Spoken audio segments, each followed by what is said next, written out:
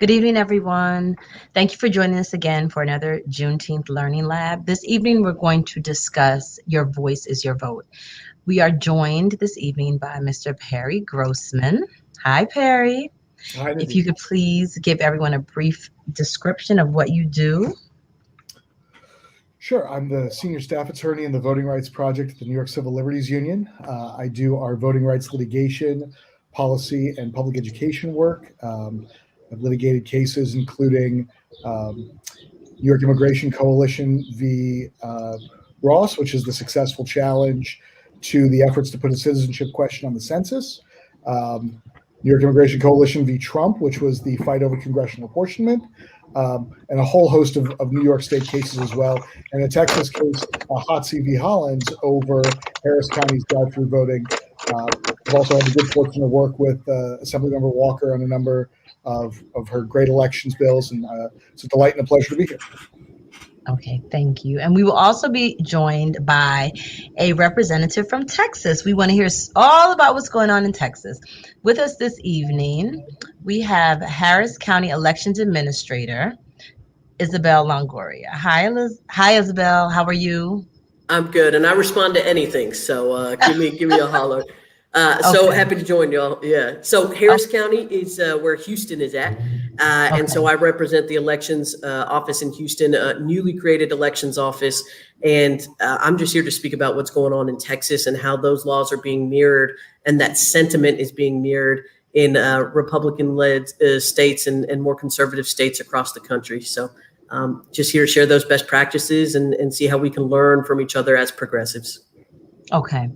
The first question I did want to ask you guys is because this is not a cakewalk of work to do. This is some very, to me, it's almost foundational. I always say since 1865 until now, the issue has been voting. Like voting has been an issue in this country since the emancipation. So, I wanted to ask, what does the electoral process mean to each of you? And also, why do you do this work? Like, why do you stay involved in it? And, what's it like, why? Like, there are other things you can do. So why do you stay involved in this area? Isabel, please. Yeah, sorry, Bear. We'll get our routine here. It's such an interesting question because you pose it as if there is another option. And for me, I just can never envision another option. For like you said, voting is the core of democracy. So if there's such a fight to be had, especially in Texas, to just gain basic rights, to gain basic participation and access, how can I do anything else if the ability to vote and participate in our community is imperiled? Without voting, without democracy, you can't have public education, you can't have transportation, you can't have public health, you can't have all of these things. So I guess I'm just stubborn enough and crazy enough, whatever you want to call it, to say I'm interested in going to the root of the problem, which at this point is fair access to democracy. And then if we ever get parity in that, I'll go focus my attention on other issues. Okay. Perry, for Yeah, you? I think Isabel really sums it up beautifully. I mean, the fact is, the right to vote is preservative of all other rights. And so, if any issue means anything to you, we've got to make sure we have a functioning democracy so that you're able to hold elected officials accountable for making public policy that serves your community adequately, and making sure that democracy is not simply a showpiece, but a genuine exercise in the will of the people. And we have a long way to go because we have a bad history of disenfranchisement, of marginalizing voters, particularly voters of color. And while the history of discrimination is certainly terrible in Texas and other southern states, we've got our own bad history of discrimination here as well. And in New York, we've been recently accelerating, going from worst to first, trying to be a good example of democracy. And so it's a privilege and a pleasure to be a part of that. It's also a privilege and a pleasure to be a co-defendant with Isabel's office down in Texas, because we are there representing some Texas voters in the challenge to what was drive-through voting in the 2020 election. So I'm always glad to be out here with my teammate Isabel. Okay. And just so everyone knows, Assemblywoman Walker, who I work for, she is the chair of the Election Law Committee here in the state of New York. So all things elections are things that we deal with in our, office, and we are very I would definitely say after last year, and after the last presidency, I think these things have come full circle, and people are really seeing the need for proper voter education and proper protocols with voting. And we see, like you both said, the effort to disenfranchise voters again. Some things that have been in the news currently are, some things I want us to discuss briefly. The state of Georgia. Perry, what do you say about the state of Georgia and some of their recent laws? I know one law said that you cannot give water and or food to people who are waiting online to vote. And I think I heard that they had removed a lot of the voting machines from certain areas, which was one of the reasons that the lines were getting so long there. And, Stacey Abrams had said something to, I forget the person who was in charge of that part of the electoral process, but what do you have to say about that? So Georgia is such an interesting phenomenon, right? They saw unprecedented black turnout, and all of a sudden have discovered this need for a whole bunch of new restrictions on voting. It almost suggests like there's a connection between the two. Like maybe they don't want black people voting quite so much. And so, after a really remarkable turnout, I mean, unprecedented turnout by black voters in Georgia in not just the November 2020 election, but also the January 2021 runoff that saw Georgia elect 2 Democratic senators. That prompted a lot of backlash from the Republican Party, and they passed a pretty oppressive set of strictures on the right to vote. They really sharply curtailed the use of drop boxes, access to mail-in voting, things that I'm sure Isabel is seeing in Texas right now. Had not the Texas Democrats walked out of the legislature, although I think we're expecting that stuff to come through there sometime soon. We saw mobile voting, which was really successful at getting to voters in Fulton County, where Atlanta is. That's been basically all but outlawed.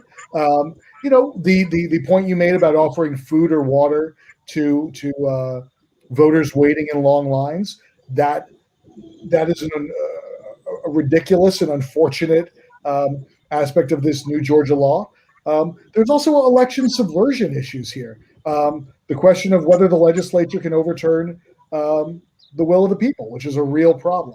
So there's a lot going on here, but it's all sort of justified by these ridiculous claims of so-called election security, when the fact is there's no evidence that there are any problems with election security. The only thing that has prompted all of these restrictions on the right to vote are a big lie about voter fraud and unprecedented minority voter turnout.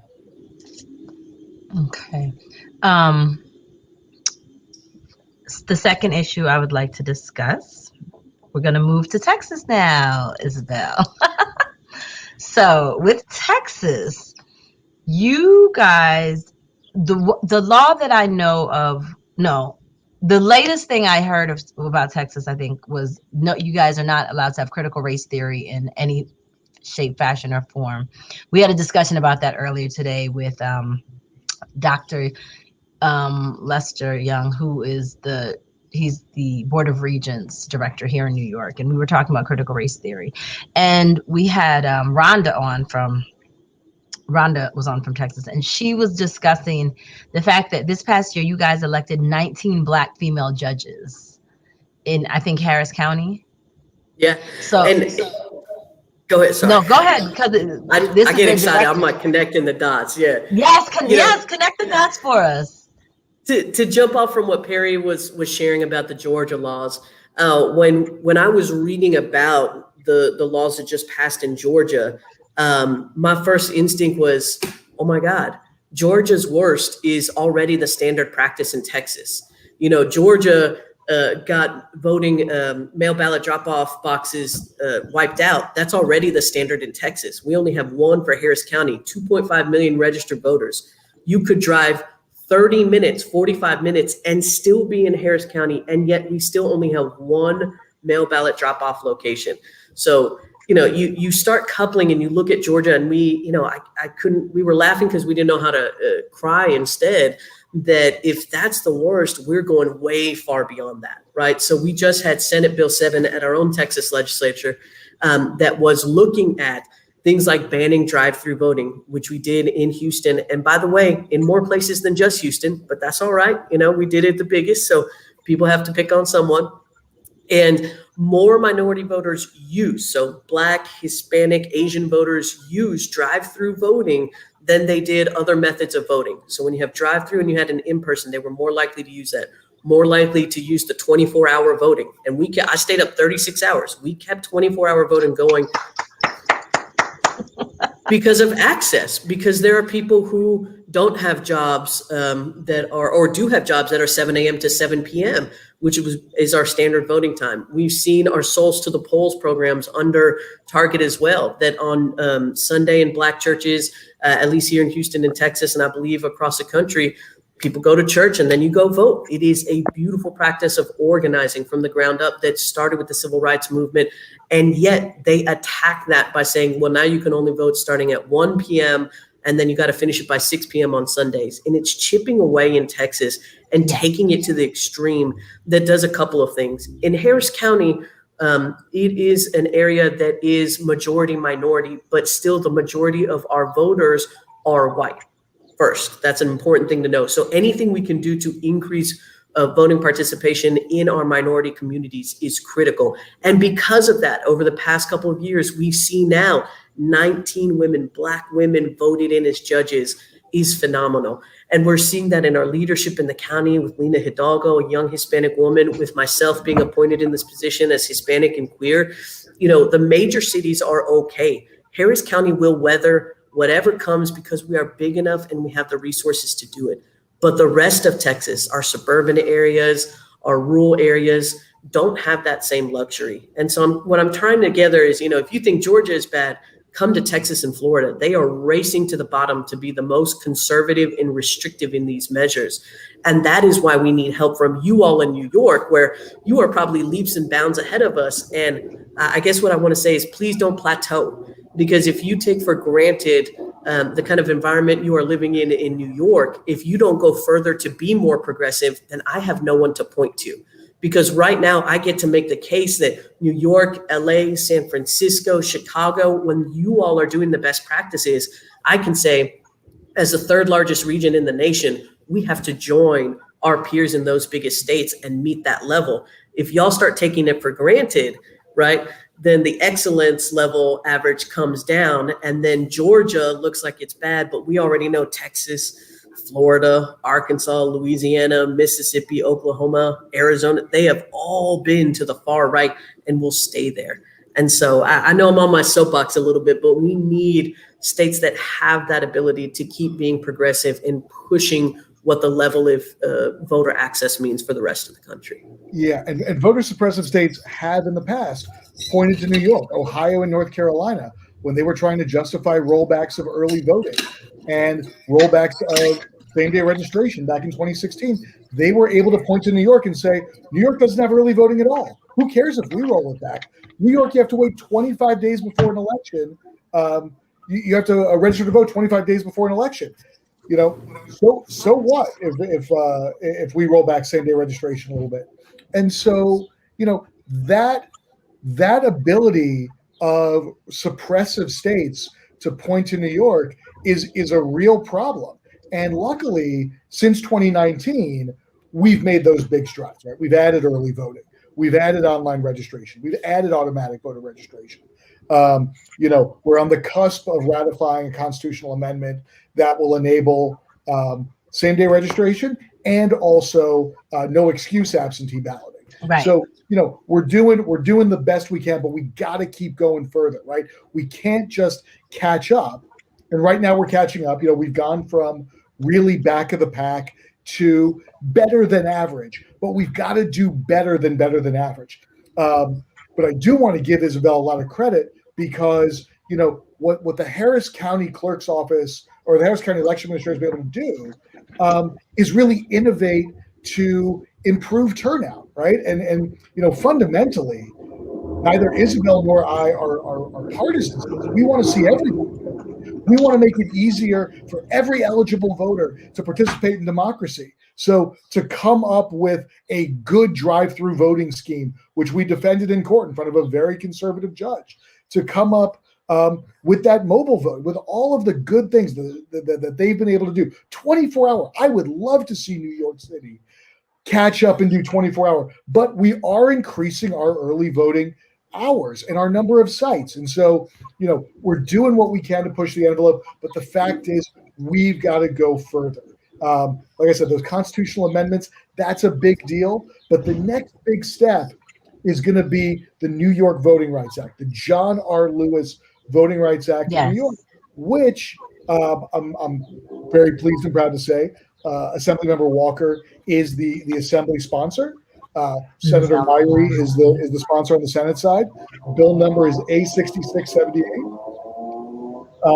And that bill is really going to start to provide protections to make sure that we see greater equity in voting, so that we're able to have stronger tools to fight racial vote suppression, to fight vote dilution, to implement the pre-clearance regime that was struck down in Shelby County, but really does make for better democracy because, and we have seen good election administrators talk about just how valuable pre-clearance is in ensuring that election practices are in fact equitable. The idea of pre-clearance is that it flips the burden of identifying discrimination from voters to election administrators. And when pre-clearance, which requires any changes to election laws and practices to be vetted to make sure that they do not make minority voters worse off, when pre-clearance regimes are in place, it puts election administrators in an analytical mindset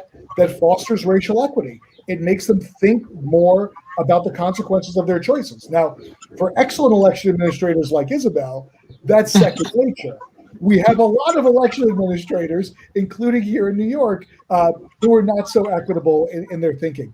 And the fact is, this is as important in local government elections as it is in anything else, right? You mentioned before, Nadine, the election of those 19 Black women judges in Harris County, which was really such a wonderful achievement.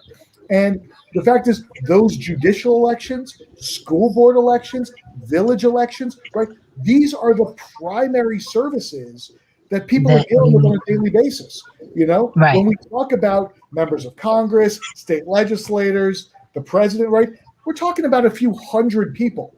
There are thousands upon thousands of elected officials in each state, and most of them are local. And so we've got to make sure that our local elections are run equitably so that, minority voters just as much as white voters, but ultimately everybody overall is able to turn out, cast their ballot, and hold those elected officials accountable for making sure that we have great public education, fair policing, good parks, good libraries, strong transportation infrastructure. That really matters. And that's stuff that the John R. Lewis Voting Rights Act of New York starts to get into. And that's a best practice I'd really like to see New York adopt. Yay! Okay, Keep going, Perry. He's on a roll, Nadine. I know. I was like, I didn't even interrupt him. I was like, okay, Perry. Listen, the opportunity to be here with someone who really does the work in such an effective way on such a large scale like Isabel does is such a privilege for me. So I'm glad to know that we can do anything helpful for her and the folks like her who are trying to make elections better. In states where state legislatures are trying to make elections hard. And, election administrators, I have found by and large, really want to do the job well. It is not about making it easier for Democrats to vote or for Republicans to vote or for white people to vote. Most election officials I know are out there trying to make it better for everyone to vote. But unfortunately, there are election administrators out there who are not in that mindset, and we need laws to hold them accountable. And unfortunately, too many state legislators out there are in the mindset of, how do we recalibrate our laws to suppress the votes of the people we don't want voting? And too often, that is Black, Latinx, Asian, Native American, and other BIPOC voters. Absolutely, Perry. Before I take you down, before I switch places with you, I just want to say that Isabel nor Perry knew that either was going to be here. It just so happened that it worked out that those are the two people that were able to join us this evening, because I really wanted someone from Texas to come on and let us know what's going on. Let's move to Florida. Florida has DeSantis has made sure, once again, DeSantis did vote to not have critical race theory. Additionally, one of the laws that I heard from Florida was, if there is an assembled body of people and you as a driver feel that you feel threatened, you can drive through this crowd of people. Those things are very concerning, because ultimately, you always look to what is the policy behind letting someone drive through a crowd of people. The policy is you're trying to tell people we don't want you protesting anything here. So with that being said, Perry, what do you think of what's going on in Florida? Or what other laws have you heard that, are just egregious and crazy down there? I mean, Florida is, of course, one of the real proving grounds for voter suppression. Whether it's the poll tax that was an issue, right? Florida voters did an amazing thing not that long ago when they ratified Amendment 4, which restores voting rights to people who've been convicted. Who have been convicted. Mm-hmm. Yes. And then the legislature went out of their way to make it harder, retaliate, right, for those folks to be reenfranchised by insisting that they pay off all their fines and fees before their right to vote can be restored, even when the state doesn't know how much they owe in fines and fees. So it becomes a completely ridiculous enterprise, a guessing game that's really designed to keep people from the ballot box, especially when you've got such racial disparity in the criminal justice system. Florida has adopted, of course, a lot of the same voter suppression laws that Georgia has, that unfortunately Texas already has when it comes to the rollbacks of things like early voting. They have also tried to circumvent their Fair Districts Amendment. I mean, they're going out of their way to try and disenfranchise minority voters there. And, laws like banning critical race theory, which is absurd, right? I mean, it's absurd on a lot of different levels, but it's really just racists telling on themselves.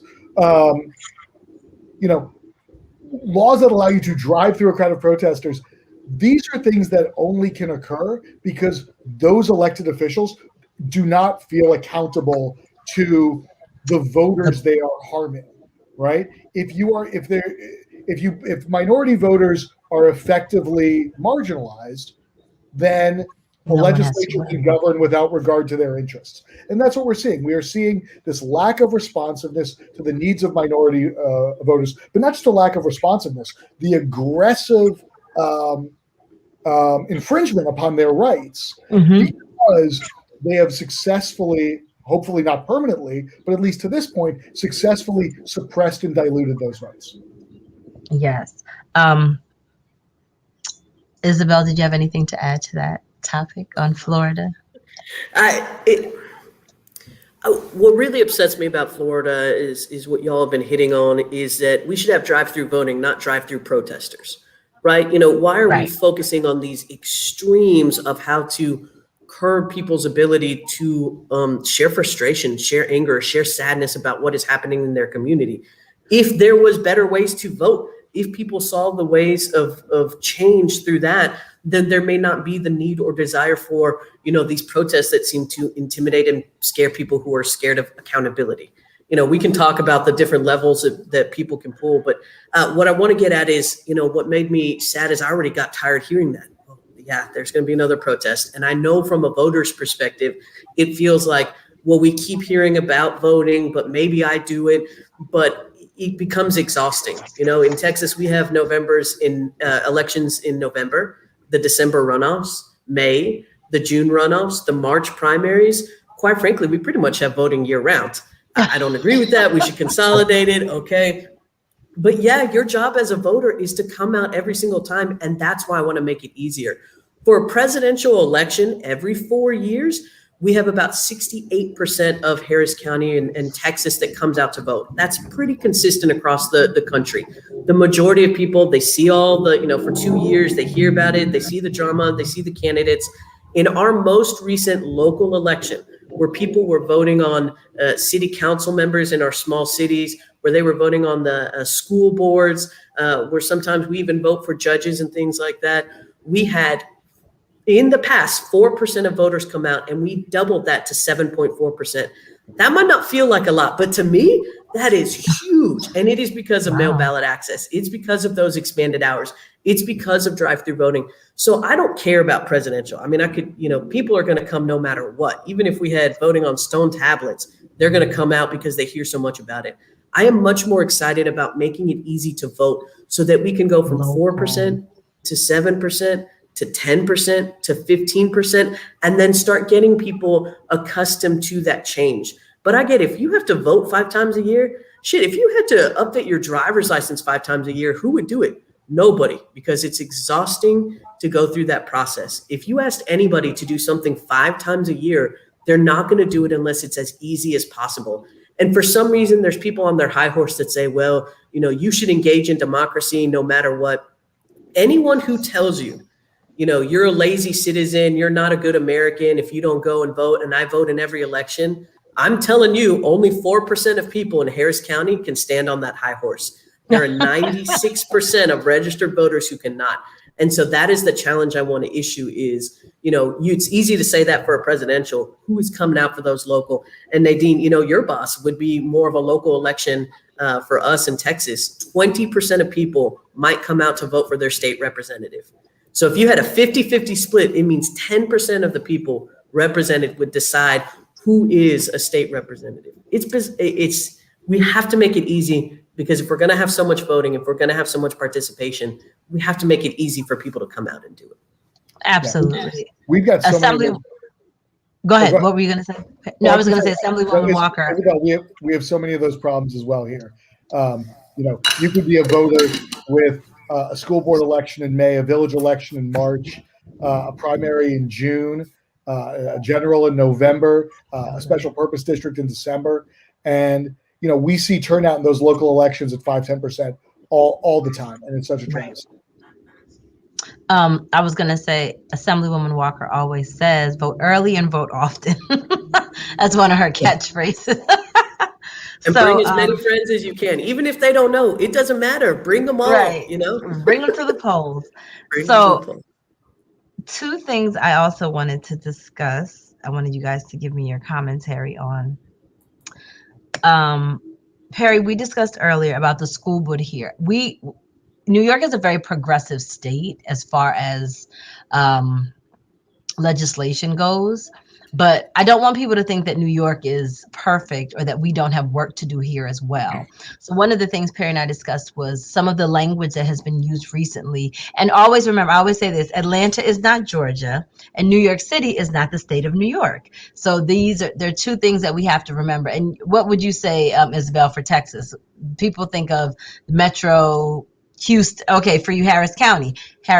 Houston is Houston. Houston is not Texas.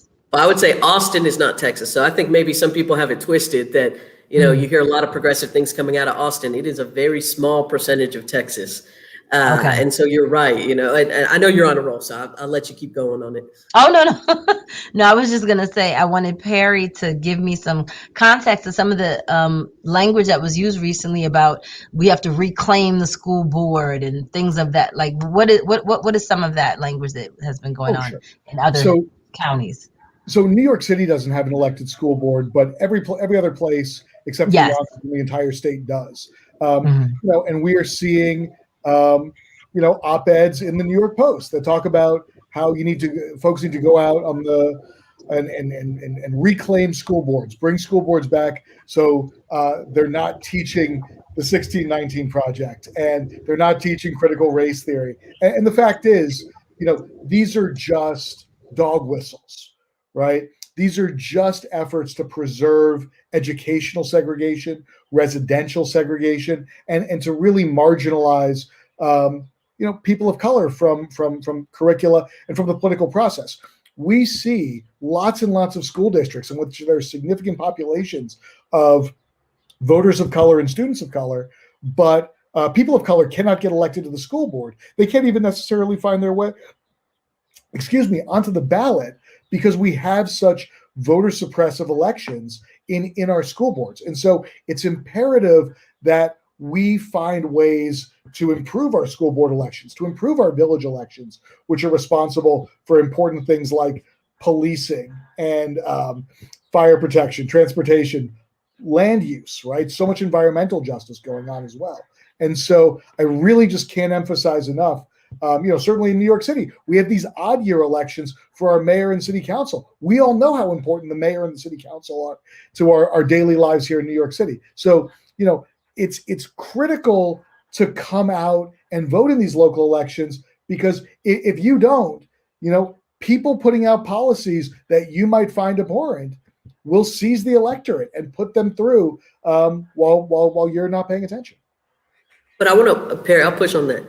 Just to be clear, in a presidential, your vote does become a drop in the bucket, but it's all important.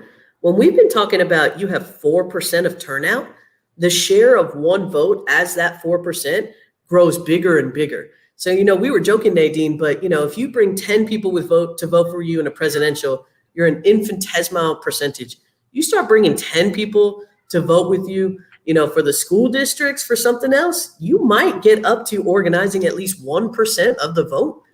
That gets to be big. You alone in your community, your civic club, your neighborhood can have the kind of influence to start really pushing races until everyone else starts catching up with voting. But for now, that's a lot of power people can hold. Yeah, and we did have a congressional race in this state, which was decided by, about 100 votes. Right? I was just gonna say, Perry, there's two elections I know that were decided by the thin margins. Control of an entire chamber of the Virginia legislature hinged on a single vote in a single race. It could be yours. So, come out. I'll take a segue. Oh, go ahead, Nadine. No, go. No, go. So I ran for city council 2 years ago in Houston, and I ended up election night. I was down 12 votes out of several thousand. And one of the things that motivated me to get more, and I've been, doing campaigns and community organizing, and this was just my passion to, kind of stand up and see if I could be a leader in this community. One of the things that really engaged me more in kind of being part of the elections department is just even the small things. We talk about drive-through voting, we talk about 24-hour voting, we talk about these very big, fun things.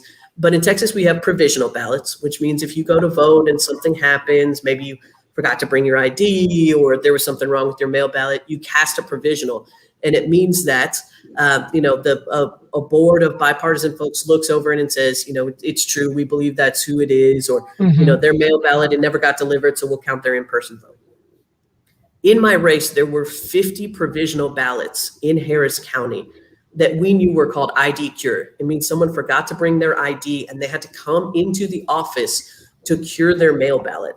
And one of the things that infuriated me at the time is when I went to the office and I said, hey, can you give us the name of those folks, just like we have the names of folks who vote, so that you all or we can remind these 50 people in Harris County that they have to come to an office within 6 days after Election Day and come with their ID and do all of this stuff so their votes count. And they told me no, that wasn't their job. That's not what they do. And I personally, we ended up calling all 50 of those people, trying to match up those names, even the ones that weren't in our district. We found a couple in our district, and famously, one person, she voted against me, but I wanted her vote to count. So I literally had her meet me downtown. We walked her through the process, and she was the only one of 50 people to actually have her vote counted for going through that process. And now in Harris County, having gone through that, You better believe every single election, no matter how big or small, we actually call every single person and we visit their home and deliver a letter and share with them the ways that they can have their votes counted. And that has skyrocketed not only the number of people who have cured their ballots for an ID issue, but even in Harris County in November, one of my proudest things is of all the mail ballots we did, about 127,000, I think, 170,000 mail ballots that came in. We had a 0.3% rejection rate. That means 99.7% of mail ballots were accepted based on their signature, based on calling them. Sometimes there was registration issues. The rest of the state, at least, I think floats around 11% rejection rate. And so I want to be careful is, it's not just about these fancy things for voters. Go ask your elections administrators in your local entities, in your counties, in your state, what are they doing to take care of those very nerdy problems too, that we know help enfranchise people even when they don't know it. The behind the scenes things that help people get their mail ballot counted is just as important to me as the 24-hour voting, the big flashy stuff. I would rather no one know all the great things we're doing and we help people vote than go out there bragging about one thing that's about to be taken away from us. What can we do in the background to help voters? And I think that's really a critical thing that's lost kind of in this conversation. Right. That's very I know. No, and I'm geeking out now. So we listen. It's this is important. This is important information that people, there's an influx of people actually exiting New York and they're going to different places, i.e. Texas and Florida and Georgia. So people are moving and we want people to know, like, not saying not to move, but, the issues are not, the issues are prevalent everywhere. Another issue I wanted to touch on, when you talked about the school board, representation matters. In New York State, there was a recent article in Gothamist, the Gothamist newspaper. Nearly 70% of all New York State judges are white, this report finds. So these things, whether people understand or not, it's a big deal that you have 19 judges of color in a particular county that is predominantly of color. And when you deal with, New York State, and we have 70% of the judges here are white, that definitely has, we had a conversation yesterday, it affects the algorithm of what's happening in the court systems. That is exactly what happens when you don't have proper representation. We had a case here with Assemblywoman Walker. They were building a pipeline here, and if it wasn't her, I pray that someone else would have been here to speak up and say something. But when you don't elect people who have your issues in mind, and you just sit out the election, it becomes very difficult for you to move the needle when it comes to certain issues. We just suffered a pandemic here. We were working vigorously during the pandemic, and that was in part due to the fact that who we work for, and this is how she cares about her district. And another issue in Florida during the pandemic, I don't remember the elected official's name, but there was a mayor who was cutting off people's water, and it was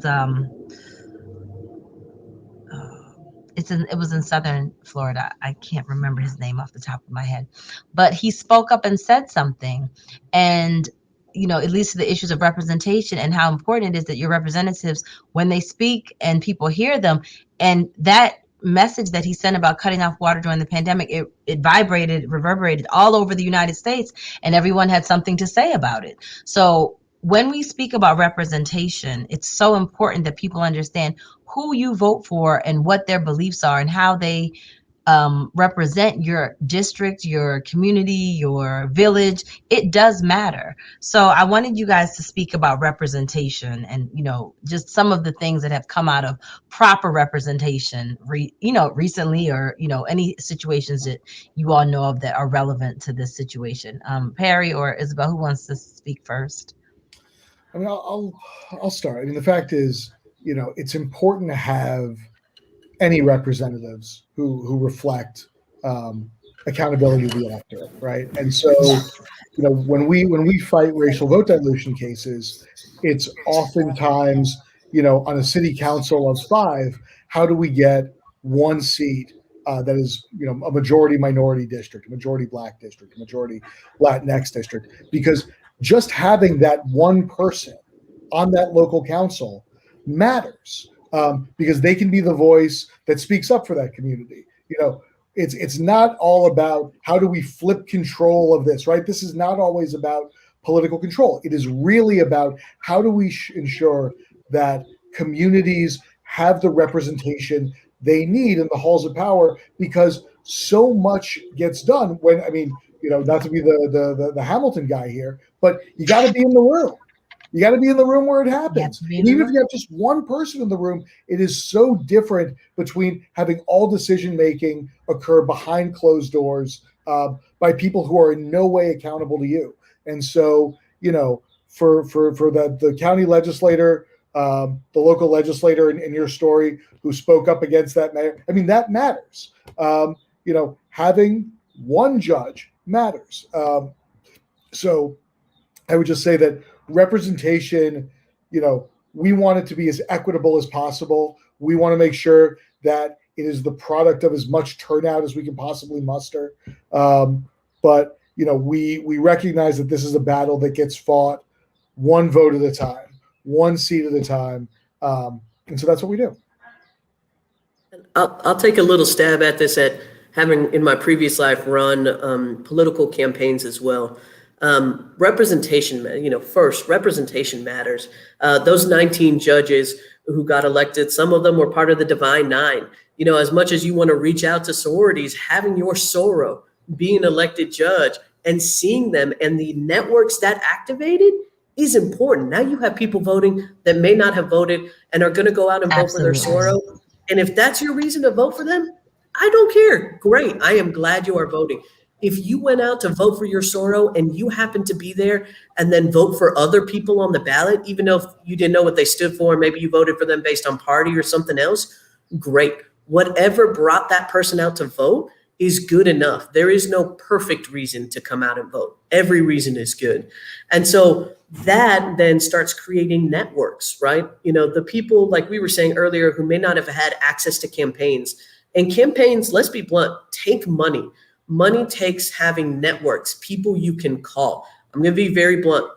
When I call my family and I ask them for $100, that is different than someone else calling their family and asking for $100. Maybe $100 is a whole week's salary. Maybe $100 was a minute's salary. That is different for people to be able to call their family, call their friends. That's who you start getting fundraising from. So now that you have these 19 judges, that means you have 19 people that if you go to them and say, I am a young person, I'm interested in running, how can I get connected? That is 19 more Black women and judges who can offer you internships.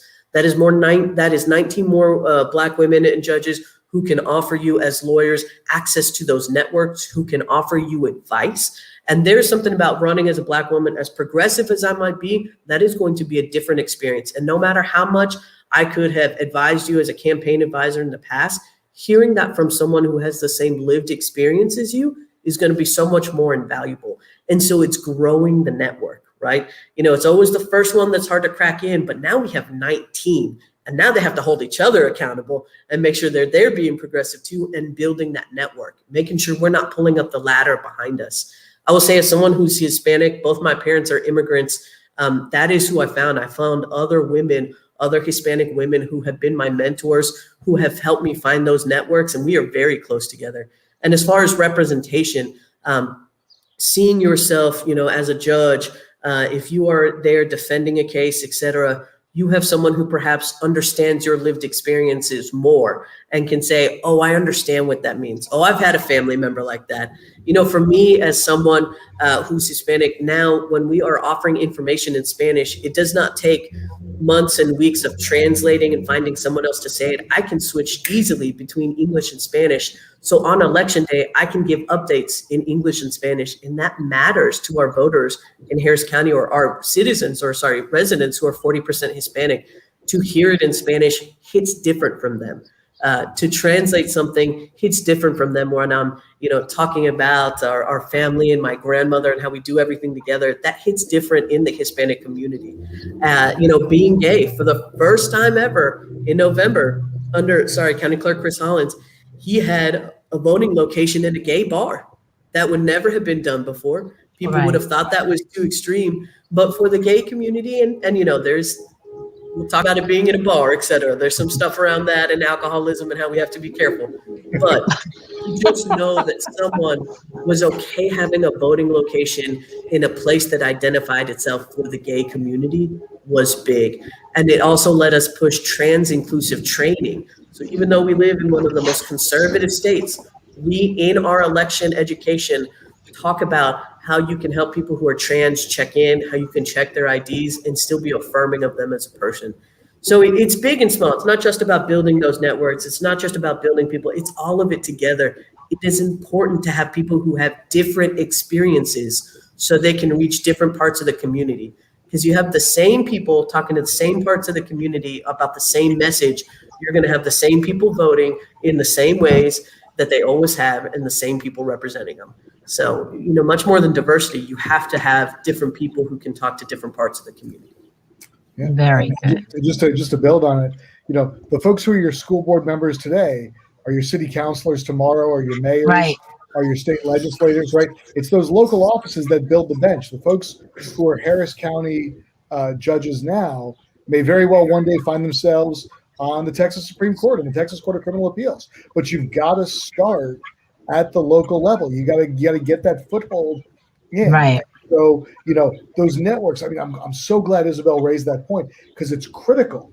So many places, particularly at the local level, it's hard for Black communities, for immigrant communities to build the networks that will propel candidates to success. And so we really do have to do everything possible to facilitate that organizing, to make it easier for those candidates to get on the ballot, to make it easier for them to campaign, to provide candidate education, voter education, everything possible to make sure that we are building an equitable, diverse, inclusive bench of candidates who will one day, potentially rise up from those local level offices where they're doing really critical policy work, but potentially up to higher offices where they'll be governing over larger areas.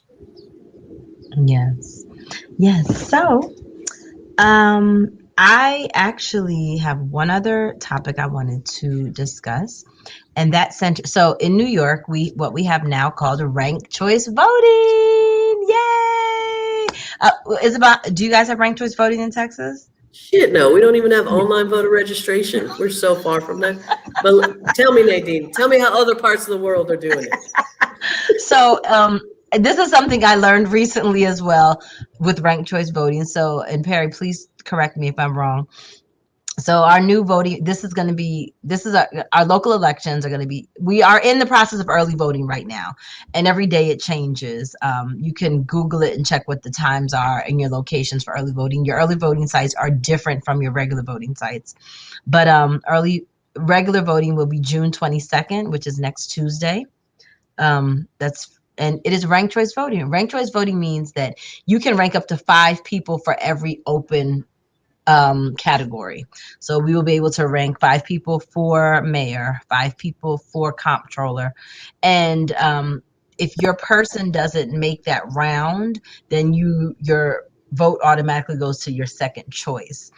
With ranked choice voting as well, you win by 50% plus 1. That is my understanding of ranked choice voting. Perry, am I getting it somewhat correct?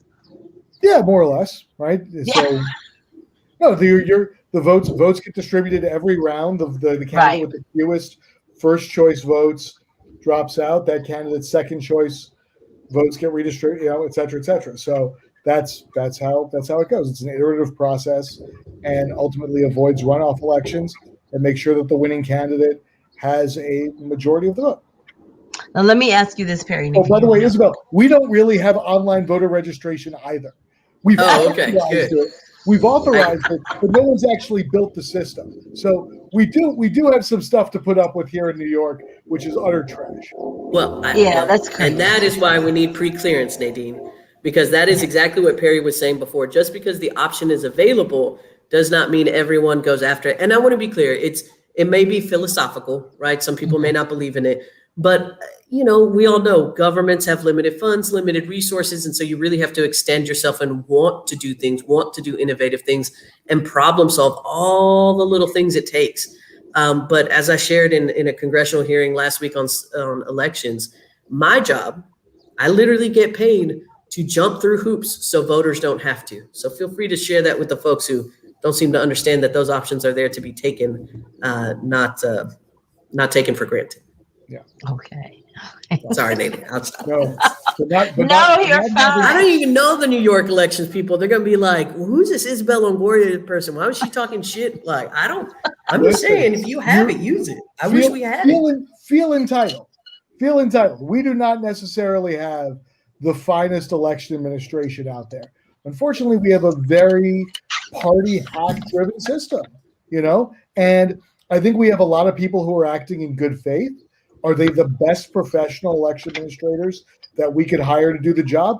I do not think that is often the case.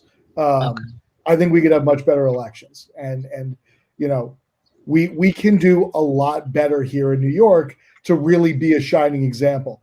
To this day, I think it is absolutely preposterous that we could not get it together to have online voter registration in a pandemic. I mean, it's just an embarrassment. That we still have a 25-day registration cutoff. Texas is 30 days. We're not so far ahead of them, right? So, we take our sweet time moving along, and we can do a lot better. So it's incumbent upon the voters here to really make their voices heard. Call your legislators. Let them know we need better. Yeah, make sure your voice is heard. That's one of the other things I definitely have learned working here. You can make sure your voice is heard. Elected officials are accountable to who elected them. But Perry, what are your thoughts on ranked choice voting? Are you excited for it this year, or? Yeah, I like ranked choice voting. I think that there are different election systems that'll work well in different places. I think ranked choice voting is good for New York City. I don't know that it's necessarily good for every environment. In some environments, cumulative voting may be better, limited voting may be better. But in a city where we have so many candidates running for office, ranked choice voting makes sure that we don't have spoilers and that people are able to really express their policy preferences without being disenfranchised. So, I'm excited to see what our first mayoral city council elections look like under ranked choice voting, and I think it's going to be a real positive. The one thing I would express a little bit of frustration and counsel some patience is, I've heard folks talk about how long it's going to take to get results, and the fact is, part of the reason it takes so long is that we have a 7-day return period for absentee ballots. So if your absentee ballot is postmarked by election day, there's up to 7 days to receive it. That's good. That makes sure more ballots get received. We then have a notice and cure period, which makes sure that if there are technical defects, like Isabel was mentioning before, where people's maybe forgot to sign their ballot, maybe their signatures changed a lot over the years, they have an opportunity to make sure that their ballot gets counted by submitting an affidavit. So that takes time too. And then going through the iterations of the algorithm, the ranked choice voting, that takes a little bit of time. So it may take a few weeks to have results, but it is so much more important that we count every single vote and we count it accurately than to just have fast results. Absolutely. Absolutely. Well, I want to say thank you to both of you for joining me this evening. I appreciate you guys taking time out of your schedules to come on here and discuss this important topic. Everyone, please join us tomorrow evening at 7 p.m. We're doing a joint programming with Queen's Juneteenth with Assemblywoman Elisa Heidelman, and from Free-ish to Free. And we also have an event on Friday, and everyone will be live on Saturday in the different parks throughout the borough, And so we're excited this year to really celebrate liberation. What do you guys have planned? And I'm sure you guys have a lot going on in Texas, Isabel, for Juneteenth. Well, it's exciting. Juneteenth famously started in Galveston, which is just about 30 minutes away from us. So we've got a panel tomorrow similar to this, led by our outreach staff, to really talk about voting rights in Texas. And I like what you said, from free-ish to free. It's bold to say, yeah. Okay. We have a lot more longer to go in Texas to be freer. How about that? That's the nicest way I can be putting it. So we'll be celebrating, like I said, and it's hard to celebrate when we have so long to go, but we can celebrate the accomplishments so far and keep working on it. And Nadine, thank you for being such a great host tonight. I know I interrupt a lot because I just get so worked up. I'm fine. I'm okay with it. I'm okay. That's how I talk too. So that's why I'm fine with it. I look forward to catching up with you again with regards to what's going on in Texas. We're going to do this, we're going to have another panel because it's important that we keep our pulse on what's going on throughout.